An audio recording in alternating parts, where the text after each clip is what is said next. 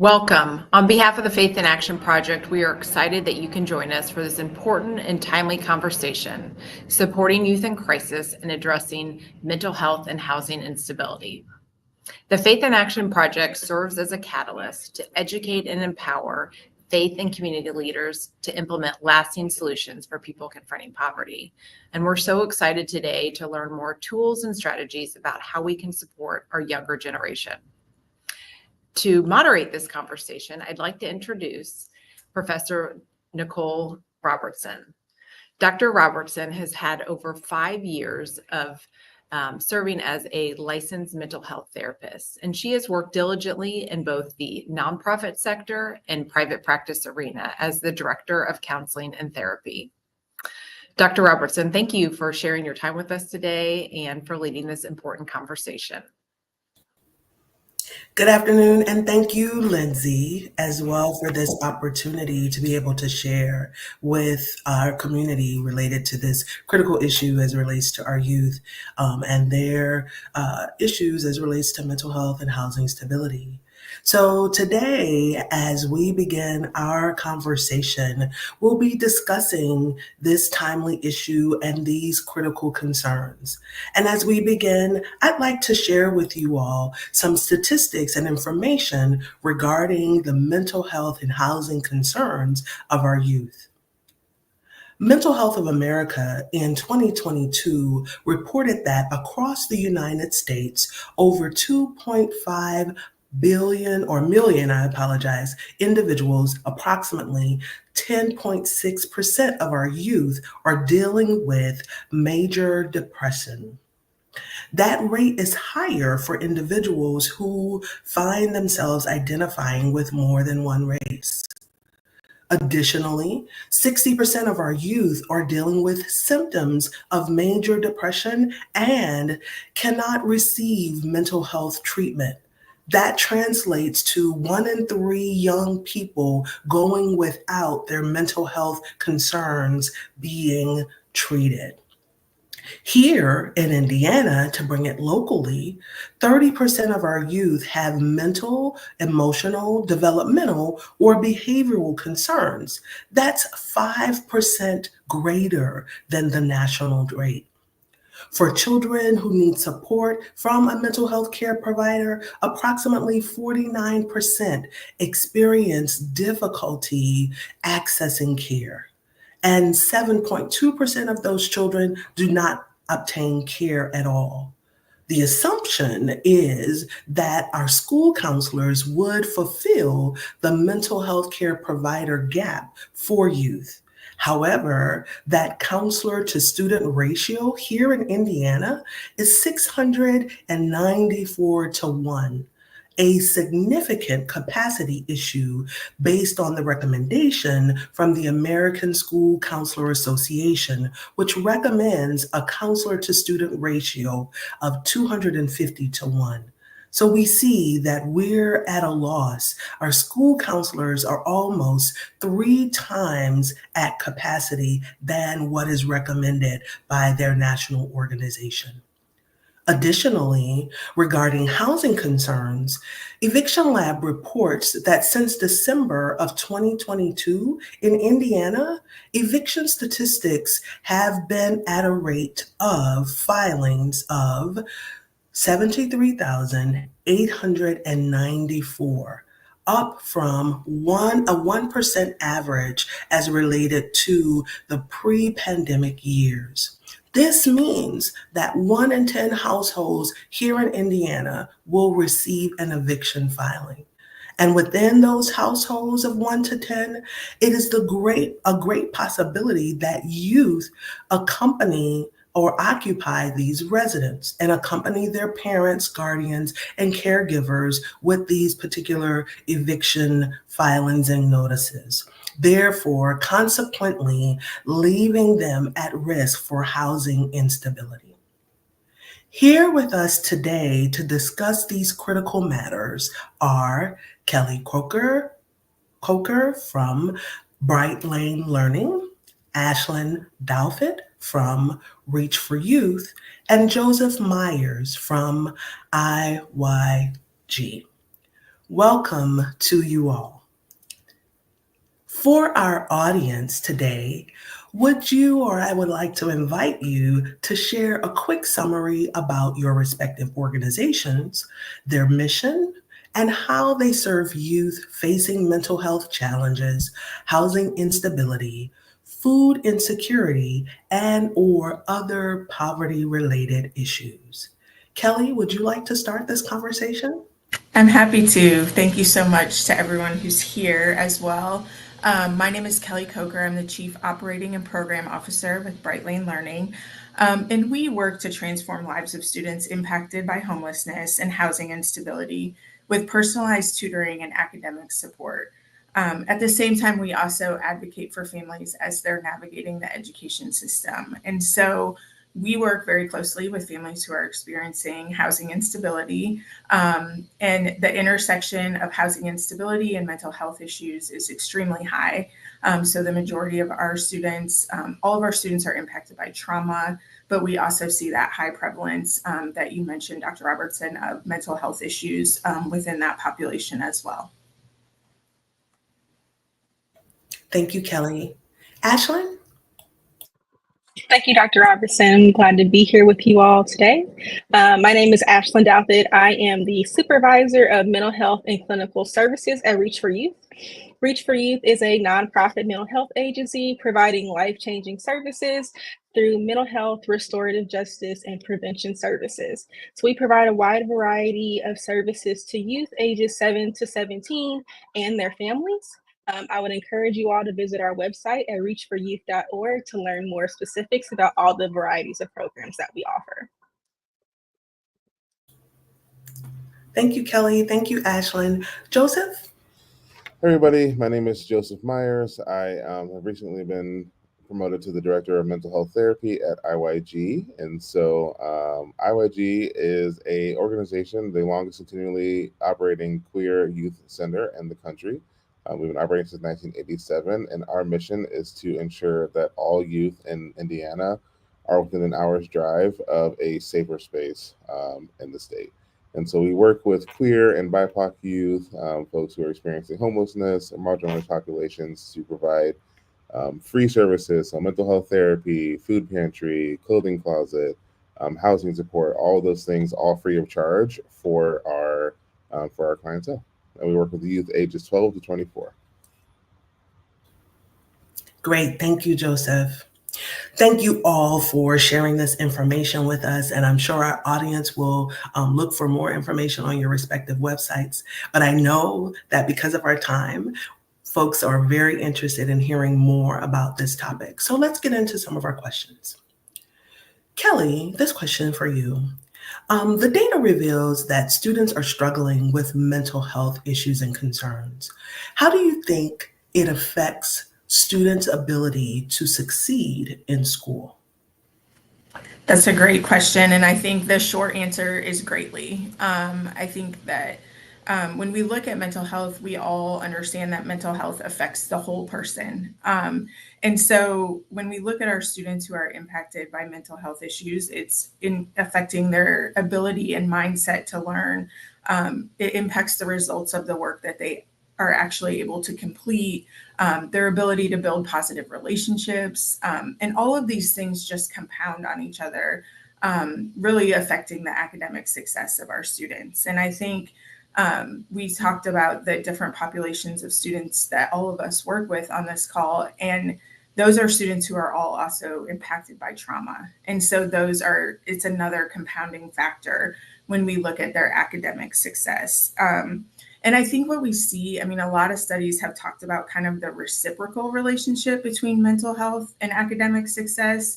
So mental health can lead to poor academic success, but also poor academic success can further contribute to the mental health issues that our students are seeing. And so it really does take a lot of support to come around a student with mental health to kind of encourage that academic success. And when we look at students who are most impacted by this, it's the community groups that all of us talked about when we first introduced our organization. So students experiencing homelessness and food insecurity, our LGBTQ youth, our English language learners, students with disability, and students of color are most impacted by those mental health issues and the academic success challenges.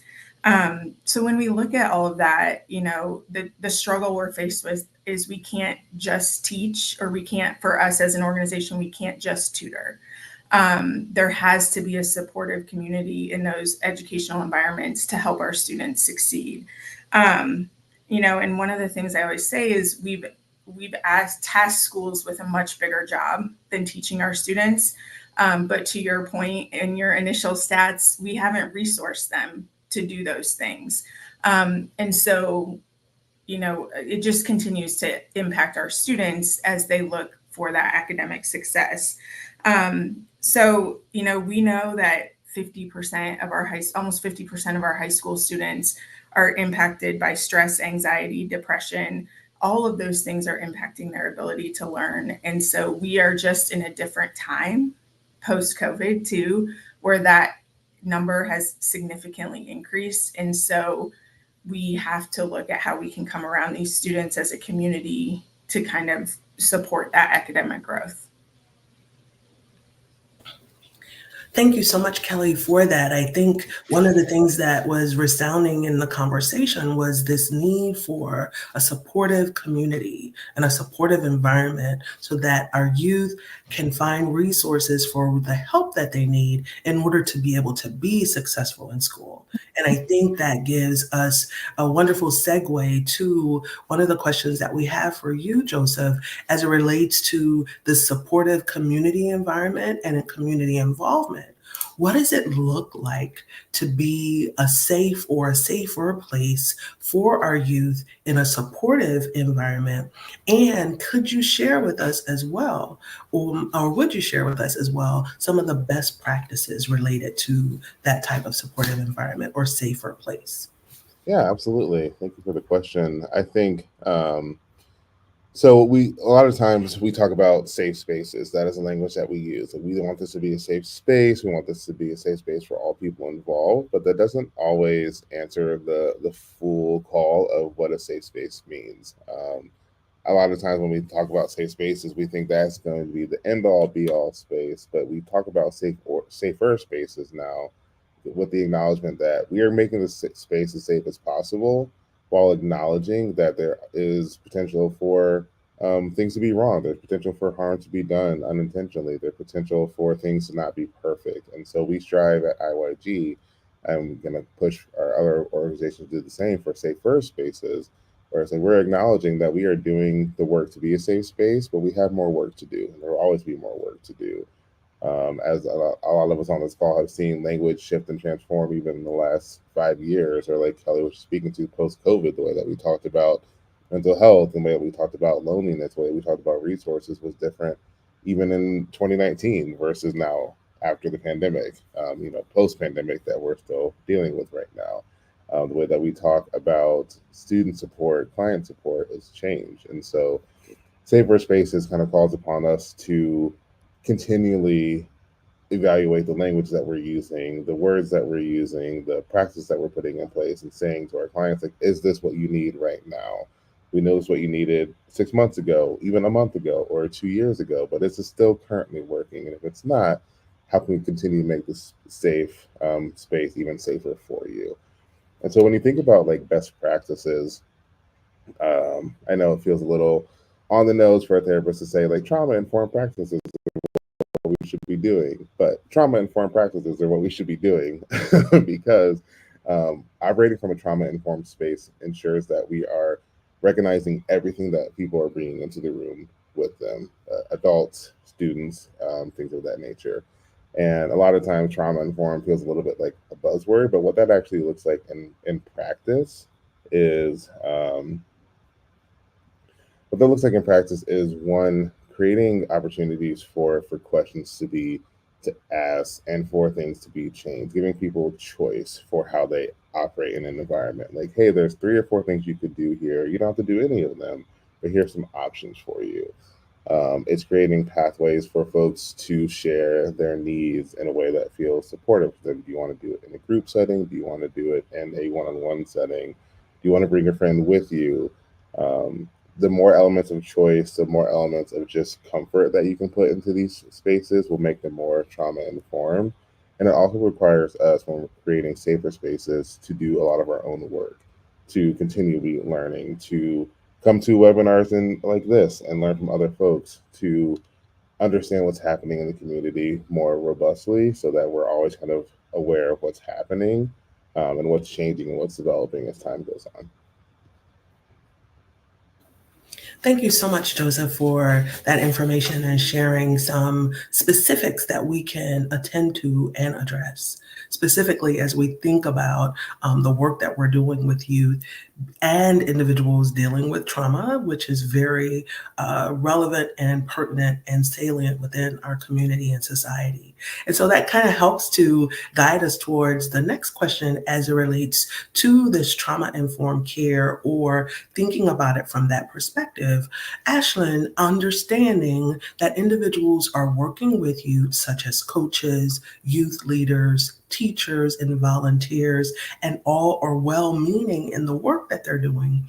what would be some of the advice that you would have to share with staff and volunteers to avoid causing harm and to make space for individuals to feel safe and comfortable? And maybe even share with us what seems to be working and some of those things that we might want to avoid. Yes, that's a great question. Two things with that. The first thing would be to listen. We hear a lot of times from youth that they feel the adults in their lives don't listen to them. That even though those adults may be well meaning, they at times may come in trying to fix things or to give solutions, when really what that youth is looking for is for someone to just listen and bear witness to their experience.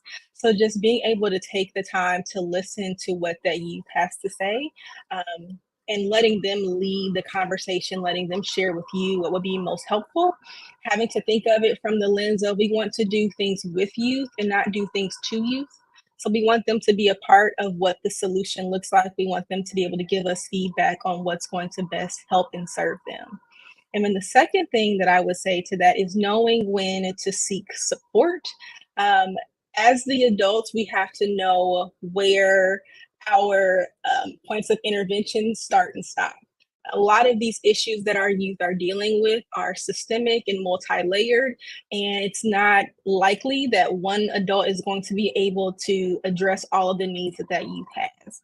So being able to see where you as the adult can step in and meet a need for that youth, but then also looking to see where you can bring in other systems of support to help guide and support that youth as well. Wonderful. I like the language around wanting to do things with you rather than do things to you, or that collaborative conversation is very important for our youth to know that they're being heard and know that that they and their values are being engaged in the work that we're doing with them. So thank you for that, Ashlyn.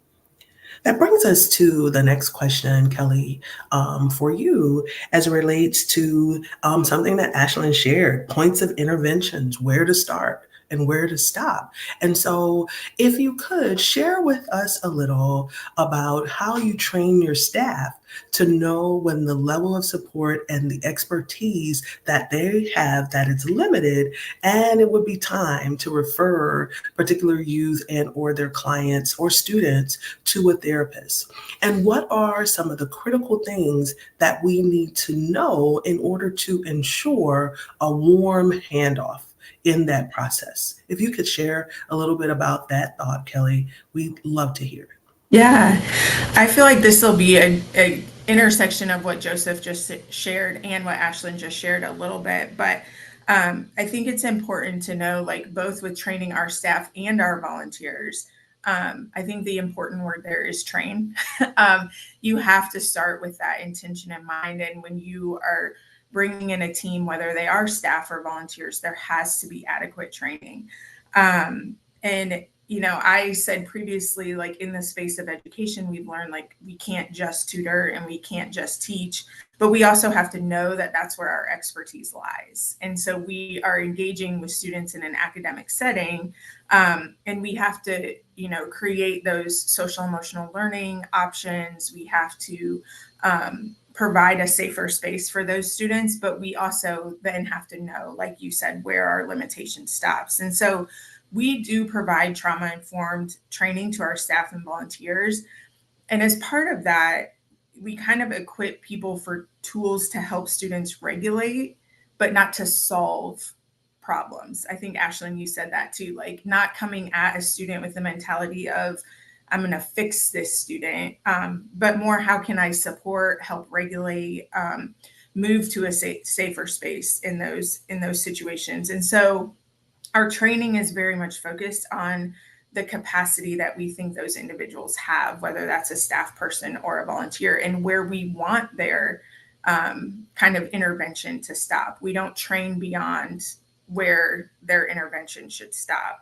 We kind of look at it as a little bit of a continuum. We have our volunteers who engage with students. We have staff who engage with students. And then we have those mental health providers or community partners that engage with students as well. And I think what's really important is to communicate to each one of those groups of people. Everyone has a role to play, and every role has value.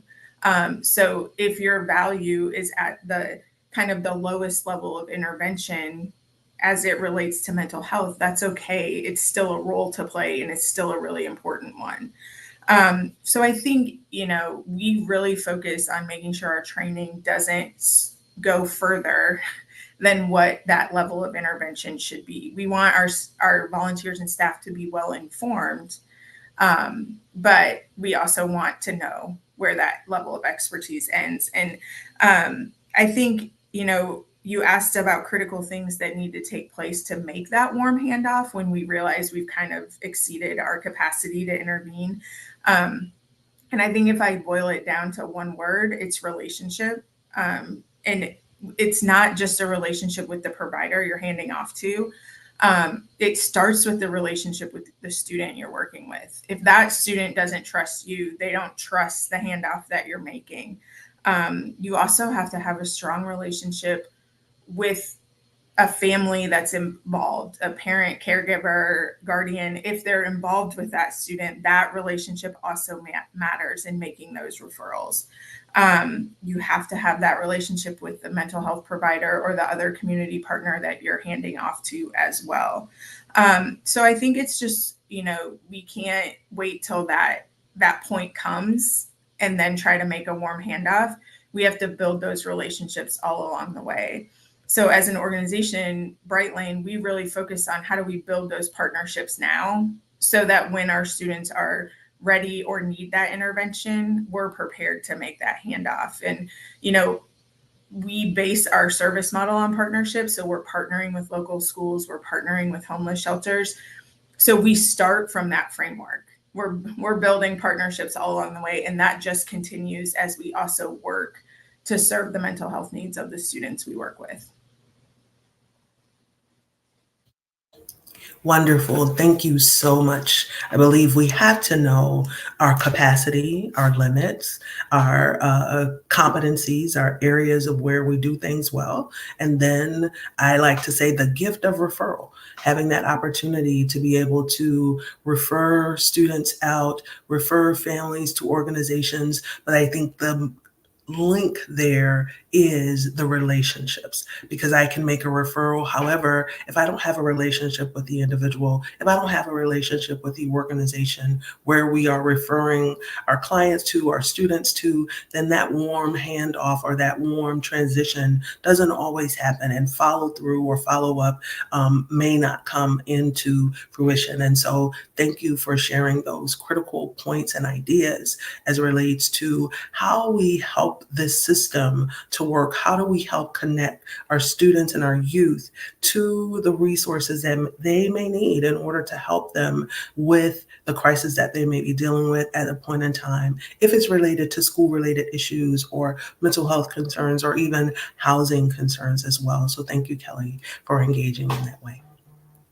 I have another couple of questions, and then as we have space and time, we'll entertain questions from our audience. So for Joseph and for Ashlyn, here's a question that I have for you all.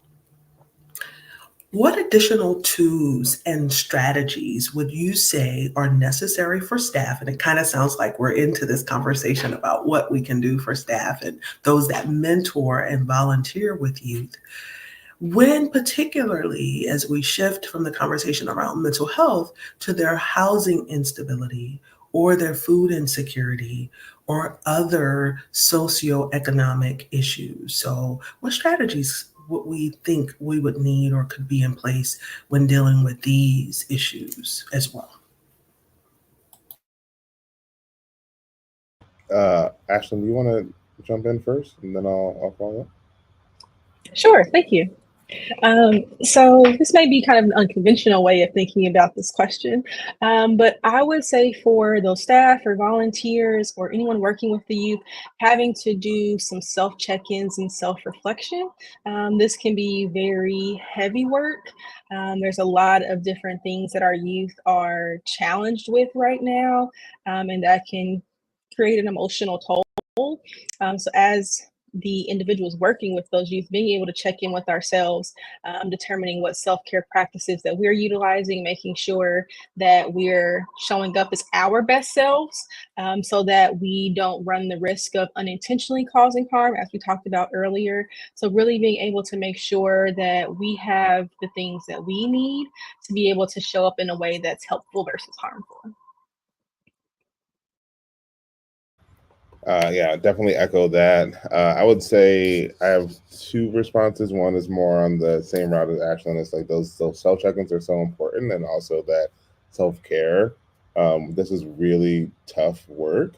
This is really heavy work, and work that oftentimes folks like us take home with us. And so not engaging in those self-care just makes that burnout even more likely. And so engaging in those self-care practices to make sure that you are your best self going into those spaces, because the clients that we work with absolutely need us um, to show up for them in ways that sometimes other people have not shown up for them. And so to do so, we have to make sure we're always taking care of ourselves and knowing when we need to bow out and we need to maybe call a friend in or call a coworker and like, hey, I actually can't take up this on today. So being radically honest about your own capacity is super important, and just kind of another strategy to have there. More broadly, I would say some like competency trainings for staff are super helpful. Kelly mentioned trauma informed training for her staff, but working with like IYG does clear competency trainings for organizations, but making sure that your staff is aware of what the current language is and has competency working with folks who are experiencing homelessness, who are in marginalized communities, because what we absolutely do not want to do is, in a helping profession, re-traumatize folks by using the wrong pronouns, the wrong um, race, kind of how they identify with their race, like anything of those natures. We don't want to be a part of the problem that's already existing. We want to be at that safer space, and a part of that is making sure we have ourselves on lock before we're helping others. I would echo to like along with what Joseph said, like the intersectionality of all of these issues of housing instability, food insecurity, mental health, like that is a lot of information for any one person to hold. But I think a lot of times we think of professional development, especially for staff, as development in the area where we work. So like I develop my staff on education, but we have to be really mindful that these issues intersect so often that the professional development that we offer our staff and our volunteers has to be broader than just the issue that we're focused on. And so making sure that our staff have access to, even if it's just informational, like what are the housing resources in Indianapolis? Where can our students who identify as LGBTQ get support? Where can, like how can we address all of these issues? Because it would be extremely rare to kind of come across a student where only one of these things is the issue. And so we have to start seeing professional development as something outside of just the job description that our staff are tasked with, I think.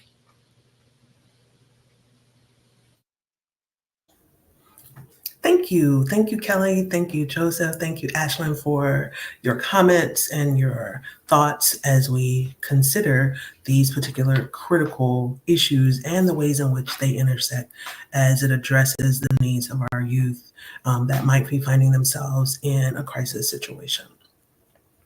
One of the final questions that we have, and then we'll entertain questions from our audience as well, for all of you, and I will allow you all to pop in and answer the question in the manner that might be appropriate for you. But what would be some key takeaways that you would want to share with our audience, maybe reiterating or commenting on some of the things that you shared already, particularly for those that are working within the context of a faith community, of how we can best support this next generation, if we had to identify it as Gen Z or Gen Alpha, however you might want to identify that. What would be some key takeaways, particularly for individuals working within the context of faith communities, to best support our youth? I'm happy to start us off.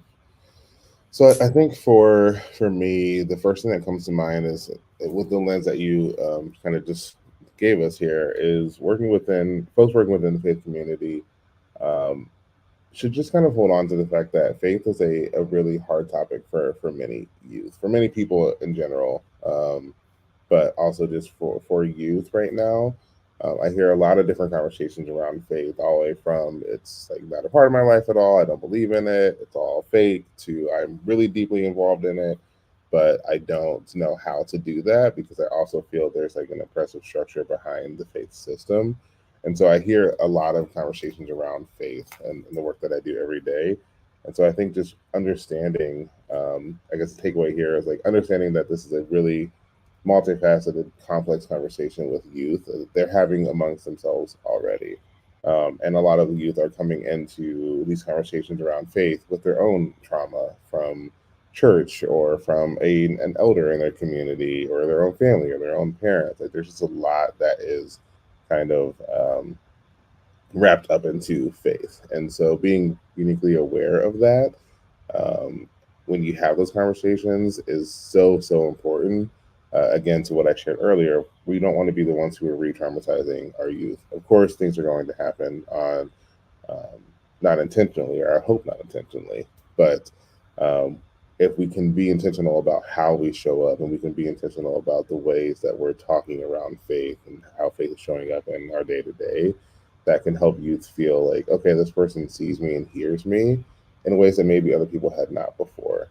So yeah, my big takeaway there, I guess, to too long didn't read version is be conscious of the trauma behind faith and how that shows up for folks in their lives. That's great, Joseph. I love that. And I think just really to piggyback off of that is I think when working with youth, we have to enter with understanding and empathy, not judgment. And that, even as people who work in this space all the time, that can be really hard to do. And so just making sure that our mindset going into any sort of position where we're going to be assisting youth is empathy and understanding, and just try really hard to lead with that. And I think the other thing that's really important, kind of two things. One, expect it to be messy. Like it's not going to be neat. And so I think if you go in with that mindset, it also helps because um, I think that we tend to put pressure on ourselves as the volunteers entering into relationship with these youth to like make progress all the time or make it look good. And I think understanding that just kind of unraveling the mess with them is super beneficial. And so you just should expect that, and just knowing that really being present is what matters. The level of expertise is not as important as just being present, and being present, like Joseph said, in a healthy way that leads with empathy and understanding, but that just being there and showing up consistently for these students, especially to Joseph's point, when people in the faith community could previously have been those that have left them. Knowing that people are showing up is really important. I would just say don't underestimate the power of relationship. Having to understand that sometimes just being there, just showing up in a way for this youth that maybe other adults have not, how that can be a transformative experience for them. Just understanding that healing takes place in relationships. And if we're looking to show up for youth to help them along the way, the relationship is where that starts. So being willing to put in the work to do the uncomfortable things, the hard things, and to be willing to hear some things that we may not like as adults, and having to be okay with that. To really just give this youth the opportunity to be heard, to be seen, and to be valued. Um, and really just being there for them in a way that maybe others have not. It makes me think of the quote, people don't care how much you know until they know how much you care.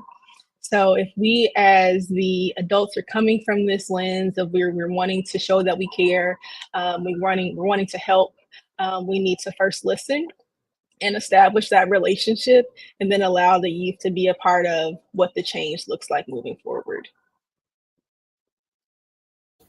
I love this conversation, and I love the idea of the collaborative work, that it is not just something that we are doing, quote unquote, without being in touch with the people who we're serving, because it does not matter, what we're doing unless people understand that we care for them. And so by caring for them, they're visible, they're seen, they're engaged, they're involved, and they matter. And so I think that is one of the most critical things that we want to convey to those that are working within the context of faith community, but just in the context of working with our youth, our children, and even some young adults as well. There are a few questions that we have from our audience, and so I will make space for all of you or one of you to be able to answer the question that's coming from Sam as it relates to maybe through the three organizations that we have represented here, how many youth need or do you see needing help? And what is the capacity for the systems? Woo, that's a big question. I don't know. I mean, I feel like, chime in, Joseph and Ashlyn, but I feel like they all need help. I mean, the prevention is just as important as, working through mental health issues with students and academic success with students. And I mean, I don't think we can understate the impact of the pandemic on the mental health of youth. And so, I think all of us would probably agree that our organizations are not meeting the need that's out there. The need is much greater than what we have the capacity to serve at this point. And, there's a lot that goes into the capacity of the system question. It's the financial resources to grow and expand. It's also the staffing, the ability to hire staff and to recruit volunteers. All of those things matter. So, I mean, those are not numbers for sure, but the need is greater than what the system can handle at this point. And I do think that we need to seriously just, say every youth needs support in some way, even if it's a preventative support. We have to do that too. I agree, Kelly, with the prevention piece. I think that's where we could see some movement, is that we're not able to meet the need that's out there right now. I think a lot of times systems are reactive versus proactive. So having to find ways to have various points of intervention versus when things are at the worst, they're at its peak, being able to provide preventative services kind of on the front end to maybe help mitigate some of these things before they become issues. So trying to kind of look at this from a very holistic perspective of not waiting until people are at the end of their rope and now we can offer them services, or now you're eligible for this. Trying to find ways to have multiple points of intervention, and preventative measures are interventions. I think to that point too, also looking at interventions that address multiple issues, so I just look at, for example, like mental health and academic success. Like social emotional learning has been shown to improve outcomes for both of those things. And we have those curriculums, we have those programs, we have those models. Like they should be fully implemented for all students because they have been proven to work. And so there's some things too where we can help the capacity of the system, because we know there's things out there that will help support students in multiple facets that they might be dealing with.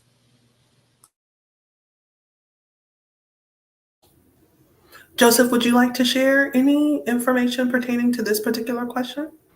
I think Ashlyn and Kelly definitely handled that one, so I will defer to them here.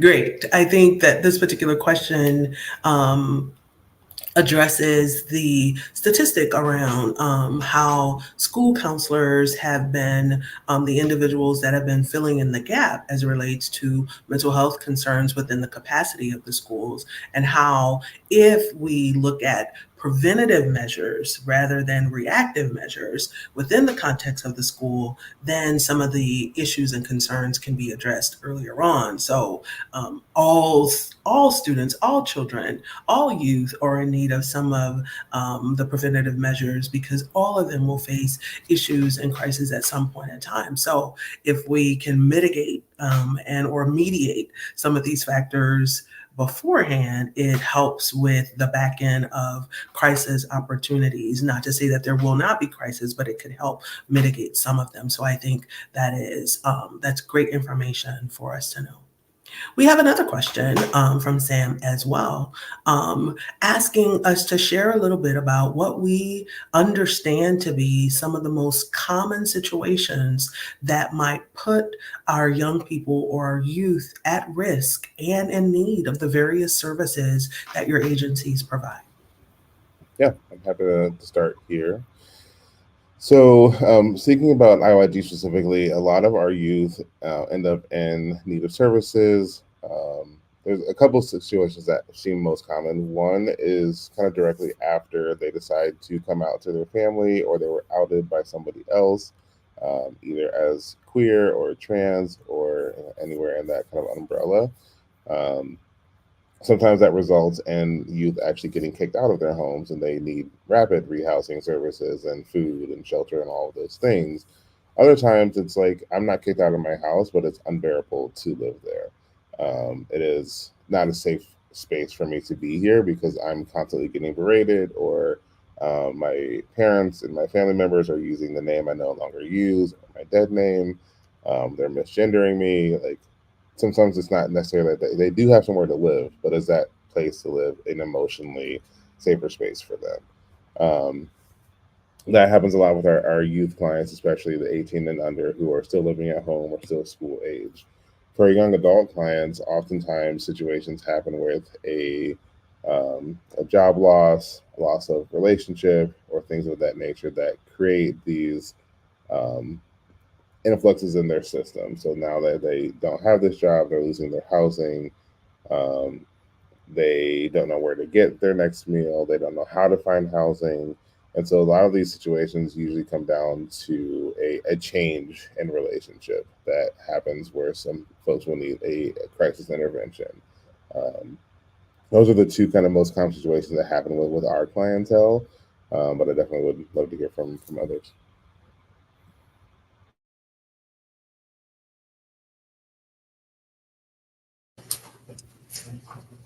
Ashlyn or Kelly, would you like to share more? I can go ahead. I think my answer, specific to Bright Lane, but also more broadly, is also that anywhere we see an intersection of multiple issues are the students we see at the highest risk and most need of support. So, I think I mentioned at the very beginning that the student groups who have highest mental health needs are students who are dealing with homelessness, housing insecurity, LGBTQ, English language learners. So whenever we start to see like the multiple intersections of different populations that students can fall into, those are the students where we see like the demonstrated highest need. And so those students are at highest risk most often because their housing situation becomes the most unstable. Their mental health can have the biggest impact on their learning. And so the number of services that need to come around those students to provide adequate support increases. And like we've said, the access to those supports isn't always there for these students either. So, I think we see it organizationally, but I think in the greater context too, it's just anytime you start to see those, just the different things that can compound or in the way they impact a student, we see the higher risk and the greater need of services for sure.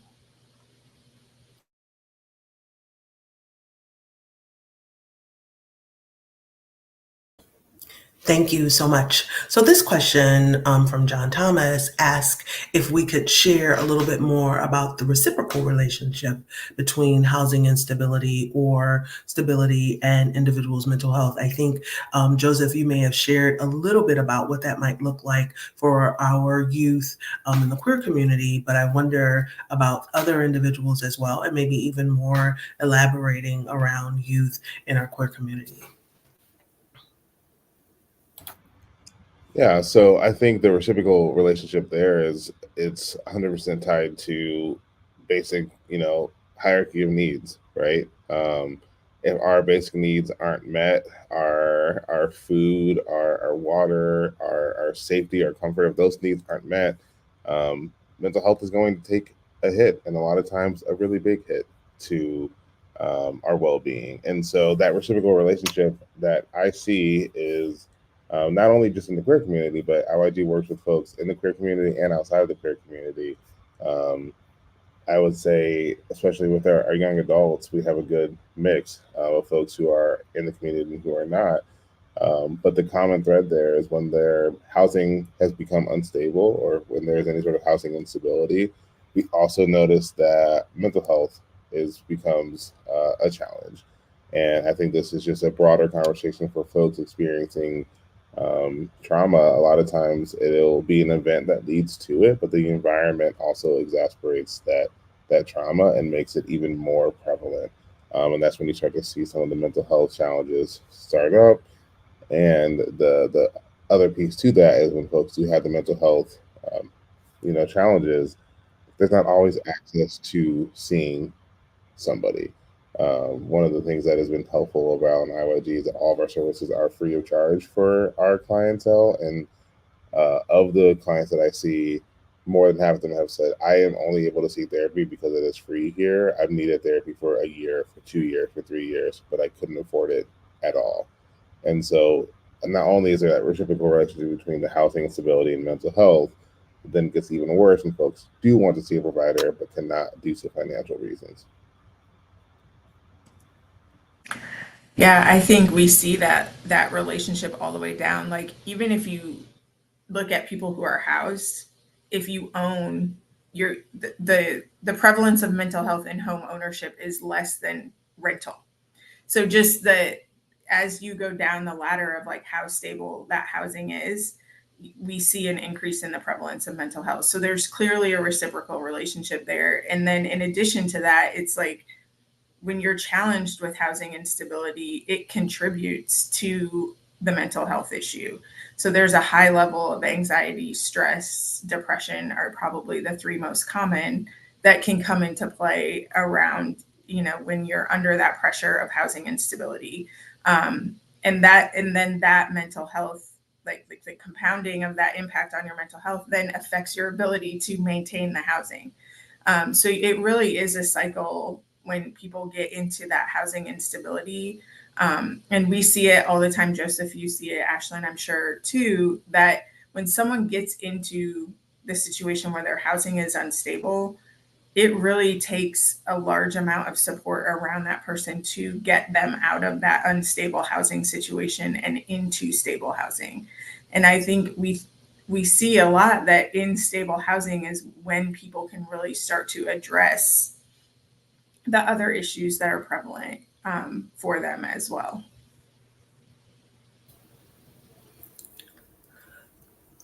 Great. Thank you. Ashlyn, I just wanted to see if there was any additional comments that you may have wanted to share here as well on this conversation or topic. Yeah, I would just say having to understand the stress that comes from that. Like when, just as Joseph said and Kelly said, like housing is a basic need. So when we think about all of the other things that we are trying to navigate with life, whether that's school, work, relationships, those are kind of higher up on that hierarchy of needs. And it's hard to get there if the foundation isn't solid. So having to just think about the internal experience that those youth are dealing with and how that may be showing up in their behaviors and their attitudes and their emotions, and how that all makes sense given the context of their experience. So making sure to view the issue through the lens that they're seeing it through versus the lens that we're seeing it through. Oftentimes it's just the lens of they're having problematic behaviors or they're not showing up in the way that we want them to in this situation. So having to take a step back and consider why, like what's the barrier for them to show up in a different way in this space. And a lot of times it's stress. Like when we are in a stressed state, it's hard for us to show up as our best selves. Thank you. Thank you all so much for engaging in this conversation and sharing your thoughts and your wisdom and your expertise through the work that you're doing, through the various organizations, and even through the clients that you're serving. We have one last question just for you all to be able to share as it relates to how individuals and organizations can help to advocate for youth or bridge some of the gaps as it relates to these two crises that we've shared. This would be our last question, and we'll wrap up for this afternoon. So I think what comes to mind for me is advocating for youth and bridging the gaps looks like attending conversations like the one we had today and knowing that there's Reach for Youth, there's IYG, there's Brightline Learning, and we are just three of the many nonprofits here in the city that are aimed at helping youth throughout their lifespan.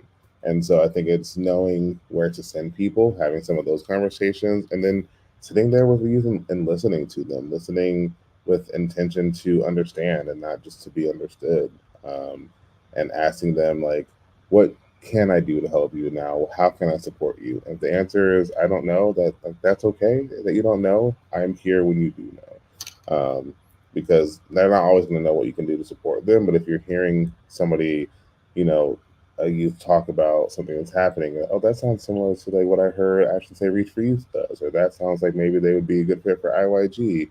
Even just offering like, hey, I'd love to connect you to this organization, or have you checked it out? Here's their website. Just being able to point folks in the right direction sometimes is more helpful than you might even recognize. Yeah, and I would add to that, not being afraid to enter the conversations. I think, our youth, and especially our youth that fall into the populations that we work with, they get a bad rap in normal conversation. And so I think there's a lot you can do to advocate and bridge the gap without even having to like step into relationship with a youth. Being present, and we talked earlier specific to faith communities, being present in those conversations and being really armed with knowledge about these groups of students and these groups of youth, and just what they're facing and truly how resilient. I mean, I think all of us would agree we've seen some pretty resilient youth as we've worked with them, and just really being a vocal advocate for them. If you're not comfortable in that, I mean, I can't tell you how many people I talk to that are like, ooh, high school math, I'm not really interested in that. So it can be a lot to like step into the volunteer space and be in relationship with students, and knowing your own limits is great. Like that's great. But just knowing that like your voice really matters as you learn about these particular groups of youth and are comfortable advocating for them in spaces where they're often marginalized is huge. I would say being able to utilize the power and the privilege that you have to make changes in the areas that you can. So being able to give the youth a voice, to hear from them what's working, what's not working, and then to let that inform how you approach things, whether that's with your agency, whether it's with conversations, whether it's with your congregation, whether it's a policy, like whatever areas you're able to have an impact on, being able to use the level of power to help drive some change, to be able to bring in some new ideas and start new conversations and develop other options to maybe addressing some of these issues than what we're utilizing currently. I love the quote, we don't need allies, we need accomplices. So having to kind of think about, how can I be an accomplice with the youth in this? It's not enough to just say like, hey, yeah, I'm here for you, but how can I use the influence that I have to really help drive change and make a difference? Thank you. I like that a whole lot. Thank you so much. Thank you all. Thank you, Ashley from Reach for Youth. Thank you, Joseph from IYG. And then thank you, Kelly, as well from Bright Lane Learning. It has been wonderful to engage in this conversation with you all. We're pertaining to our youth and the crisis that they might find themselves in, providing with resources and things that we need to think about and consider as we are addressing these critical issues in today's time when facing crisis with our youth. I'll turn it back over now to Lindsay as we wrap up and close this conversation on today. To our audience, we say thank you.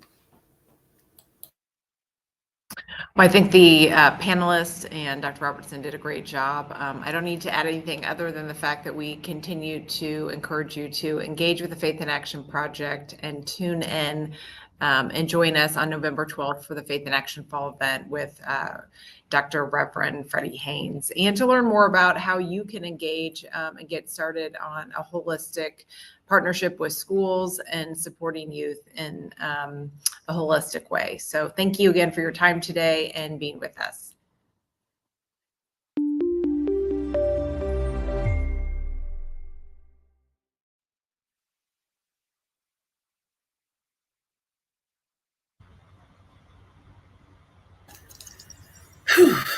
Yes. Yes. Yes.